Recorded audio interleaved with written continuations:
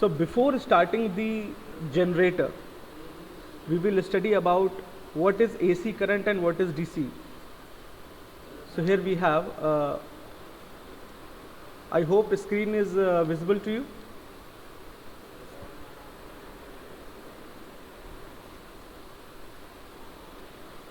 No, sir. Okay. Yes, sir. Now presenting. Okay, good.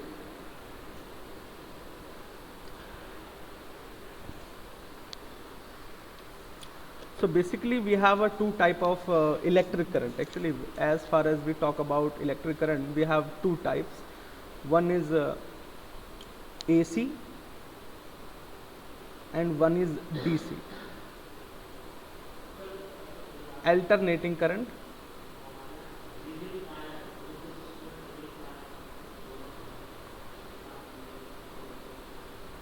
And direct current.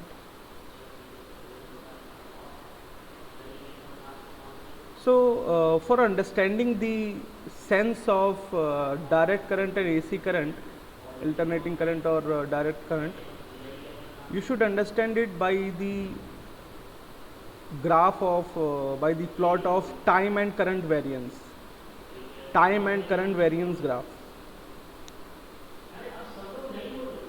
Okay, suppose we have a this type of Cartesian axis, and this is representing the y, that is I current, and it is representing the time.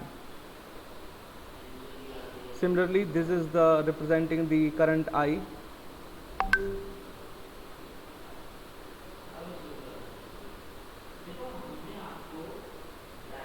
Okay, and it is representing time. So when we talk about direct current, means a current which is uniform in its value, which cannot change its value or direction or polarity with the passage of time.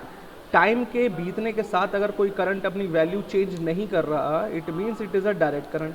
So the graph of direct current will be like this. So suppose I naught is the value of current, then this I naught will be at 1 second also, at 2 second also, after 3 second also it is still I naught. If there is a 4 second, then still it is I naught. No matters how much time you have been calculating, with the passage of time the duration, with the passage of time the value of current will not change. If this is the primary condition, then we can say the current is direct current. But on the other hand, if we have some situation in which current is changing the direction with respect to the time or with the passage of time, then this type of current is called alternating current.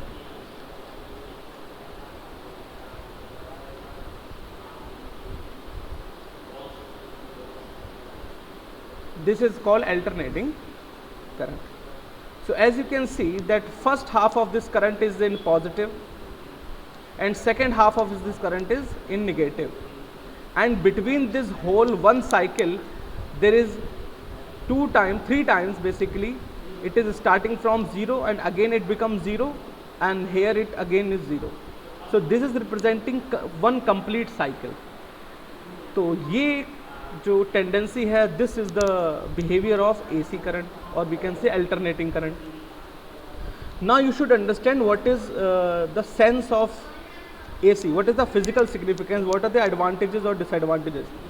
You see, if the current value is constant and it is not decreasing or increasing as in case of DC, and if you get any type of shock with DC, obviously you will feel continuous shock, क्योंकि वो current value कभी भी zero नहीं हो रही. But अगर आप कभी AC करंट से शॉक लेते हो तो ऑटोमेटिकली AC करंट आपको रिलीज़ कर देगी जैसे ही वो ज़ीरो पर आएगी, है ना. So AC current is quite safe as compare to DC. It is a quite not harmful, but it needs more care for use. If you are dealing with DC current, then you have to be very very careful. But in case of alternating current, it is little bit safer as compared to a DC current. यहाँ तक सबको clear है? Is that clear? Please let me no in the chat box.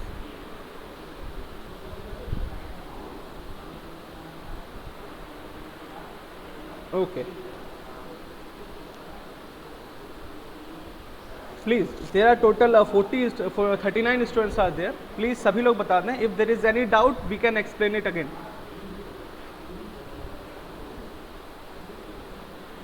Okay.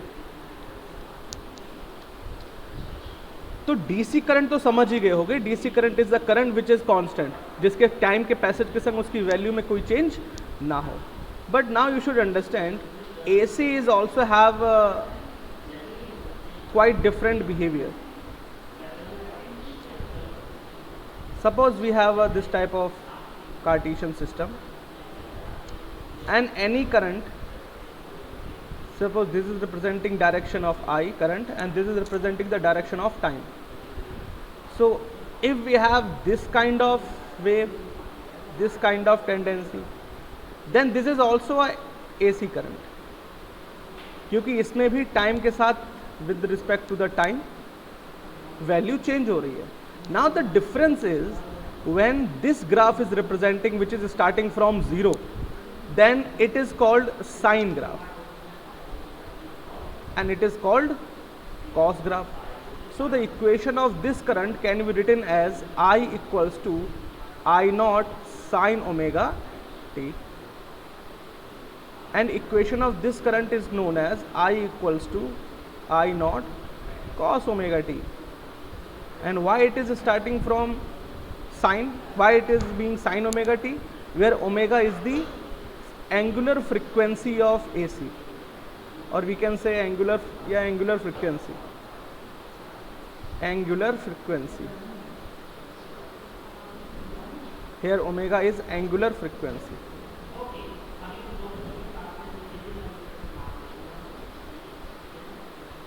Frequency. Sir, Yes. will you give this topic in the notes? Yeah, sure. Don't worry. Okay, sir. AC and DC topic and AC and DC generator, these are the important topics. And even motor, this is also an important topic. I will give you the notes. Even I have given the notes.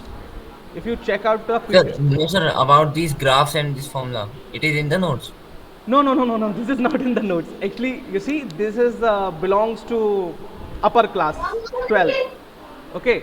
But I am just Okay. telling you to make you understood that how DC and AC are quite different to each other. Okay. I'm Okay, just, sir. हाँ ये चीज़ आपके syllabus में नहीं है. You should not worry about it. But I'm just telling you to just for elaborating purposes. Okay. Now, suppose why it is sine and why it is cos, we are discussing it. As you know, if suppose it is starting from 0 and we can convert this time into the angle form as compared to the angle form, so at this point angle is 0 degree and the sine value 0 is 0. So that's why if the value of current is 0 and it is starting from origin, it means it is representing the sine tendency. But in case of cos, we know cos 0 is 1, which is maximum value, and that's why the value of current in this case is starting from maximum point. So this graph is representing cos graph, this is the representing of sine graph. So the equation of current in this case can be I equal to I naught sin omega t. In this case the equation of current will be I equal to I naught cos omega t, where I naught is the peak value of current. Peak value, this value is I naught.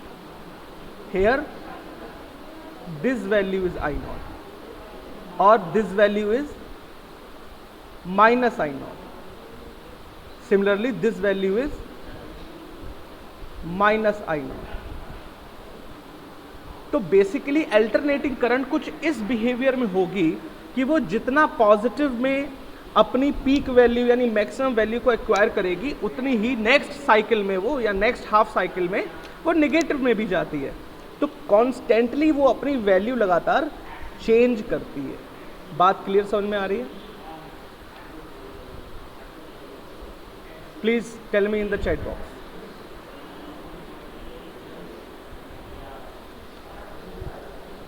Okay, अब हम बात करते हैं generator की कि कोई generator AC current या DC current किस तरह जनरेट करेगा।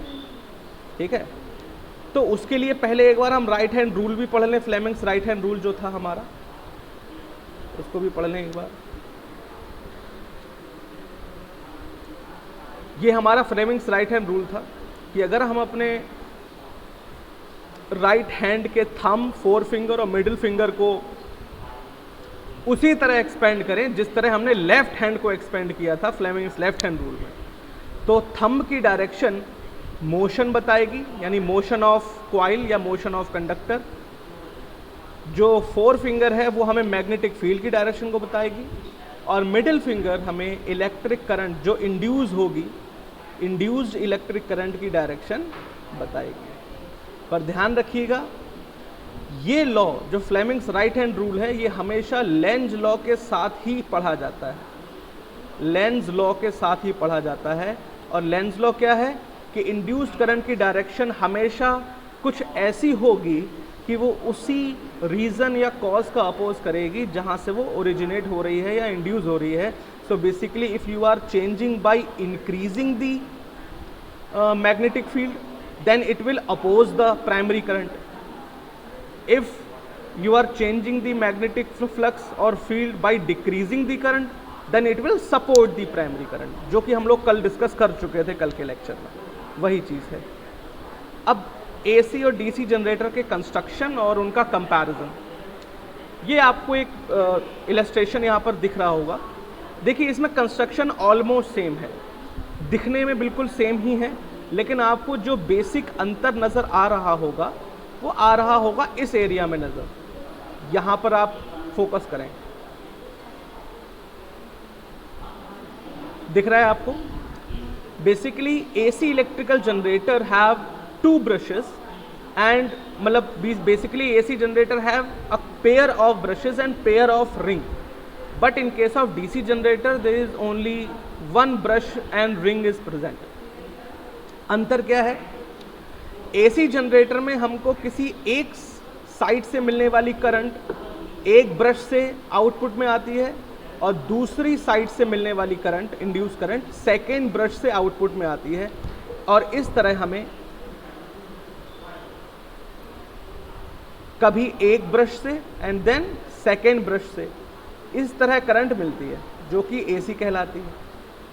But in case of DC generator, चूंकि यहाँ पर कपलिंग यूज नहीं हुई है, we are connecting the brushes by a same output terminal, तो कोई फर्क नहीं पड़ता हमको किस तरीके की कहीं से भी करंट मिले, current is constant, current constant होती है और इस तरह की करंट हमें मिलती चली जाती है। So that is a DC.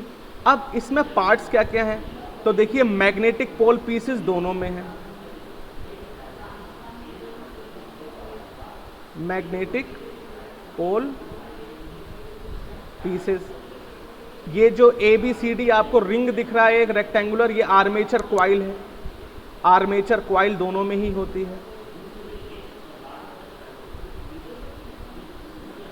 Slip rings भी दोनों में ही होते हैं और ब्रशेस भी दोनों में ही होते हैं। बस अंतर ये है कि एसी जनरेटर में जो ब्रशेस हैं, रिंग हैं, उनके पेयर होते हैं। बेसिकली दो ब्रशेस B1 एंड B2 और रिंग भी दो होते हैं R1 and I2। Similarly DC में ब्रशेस और रिंग तो होते हैं लेकिन इसमें पेयर नहीं होते, इसमें एक ही ब्रश होगा और एक ही रिंग होगा। बात यहाँ तक सबको क्रिस्टल क्लियर समझ में आ रही है, नहीं आ रही है? प्लीज़ बेटा बताओ। यहाँ तक सबको क्लियरली समझ में आ रही है बात?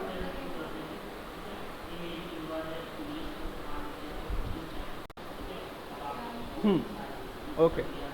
अब समझिए जरा इस चीज़ को, ये कैसे काम कर रहा है।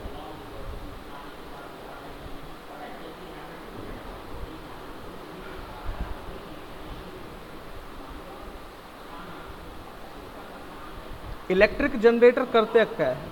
Electrical generator mechanical energy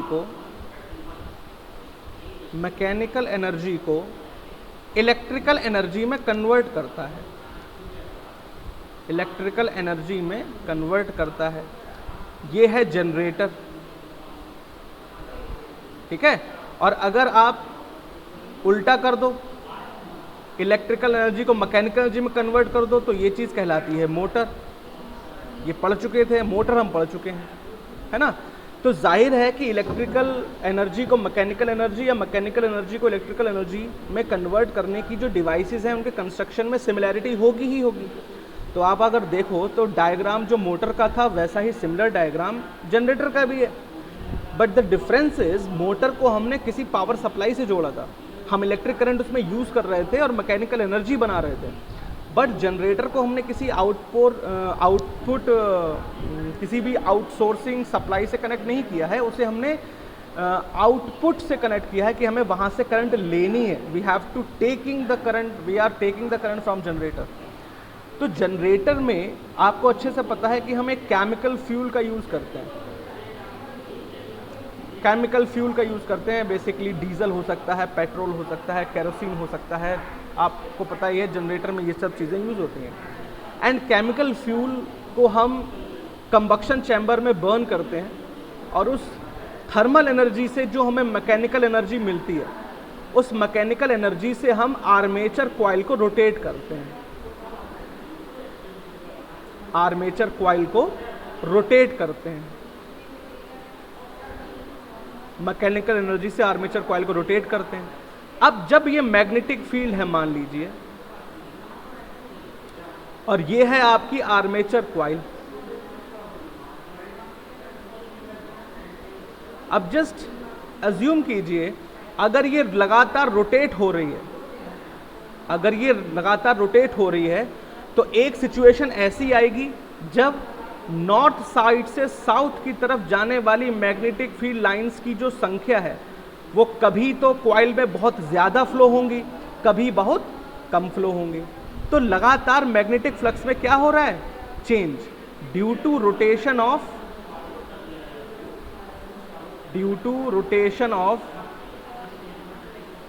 of coil. लगातार मैग्नेटिक फ्लक्स में चेंज हो रहा है, change in magnetic flux.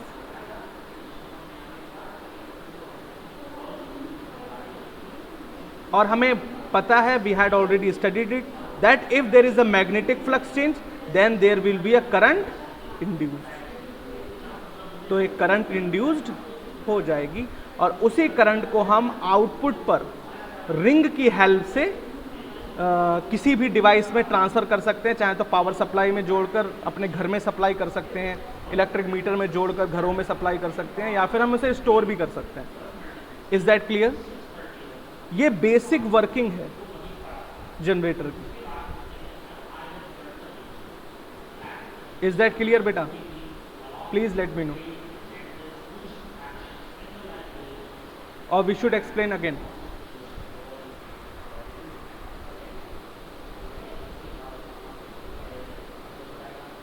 Okay, फिर से समझिए इसी चीज को।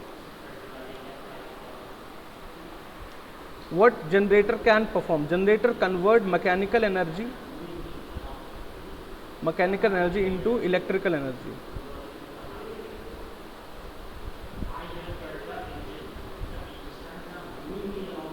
Electrical energy generator do this. अब मैकेनिकल एनर्जी आएगी कहाँ से? मैकेनिकल एनर्जी हमको मिलती है फ्यूल कंबक्शन से। फ्यूल कंबक्शन, फ्यूल को जलाते हैं, ईंधन को जलाते हैं, जिससे थर्मल एनर्जी मिलती है, उसको हम मैकेनिकल एनर्जी में कन्वर्ट करते हैं। ये मैकेनिकल एनर्जी क्या करती है? It rotates the armature coil.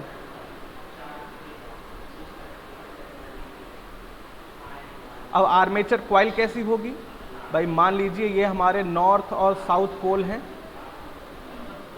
ठीक है, और ये है हमारी कॉइल,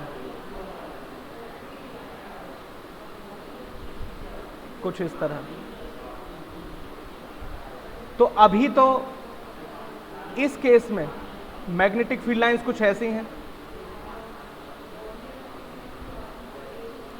तो अभी जो है वो प्लेट के ऊपर से बहुत कम मैग्नेटिक फील्ड लाइंस जाएंगी, लेकिन जब हमारी प्लेट जब हमारी आर्मेचर कॉइल बेसिकली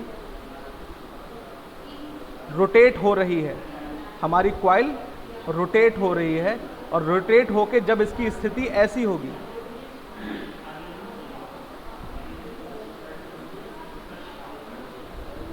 तब इसमें से बहुत सारी और ज़्यादा नंबर ऑफ लाइंस पास होंगी, और ये लगातार रोटेट हो ही रही है।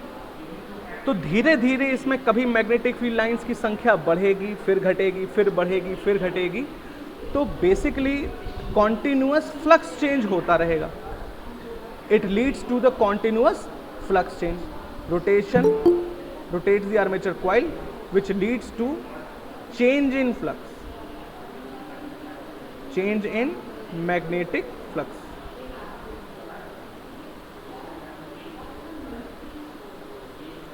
And this change in magnetic flux leads to the current induced.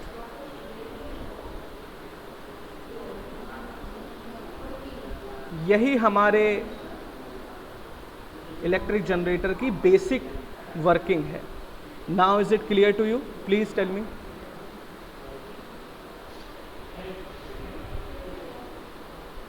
Okay okay, तो आज के सेशन में हम लोग इतना ही रखते हैं. मैंने जो आपको पीडीएफ शेयर किया है, in that PDF there is already present the elaborated part of DC generator, AC generator and motor.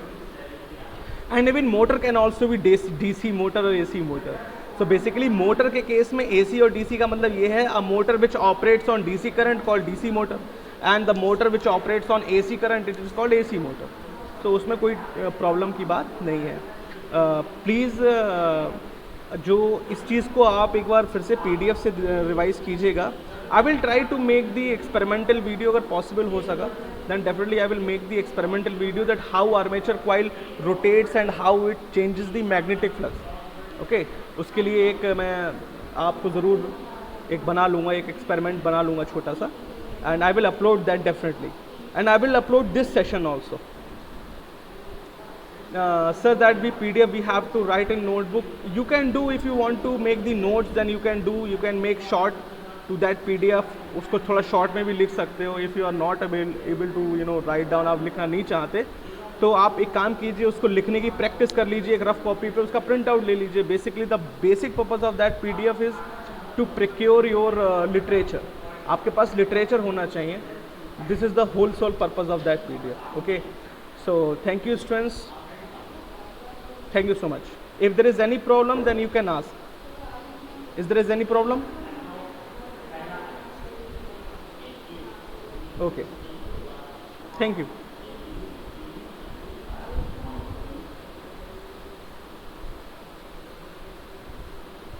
Thank you, sir. Thank you, thank you, thank you beta. Thank you, sir. Thank you, Thank you, sir. thank you, thank you so much.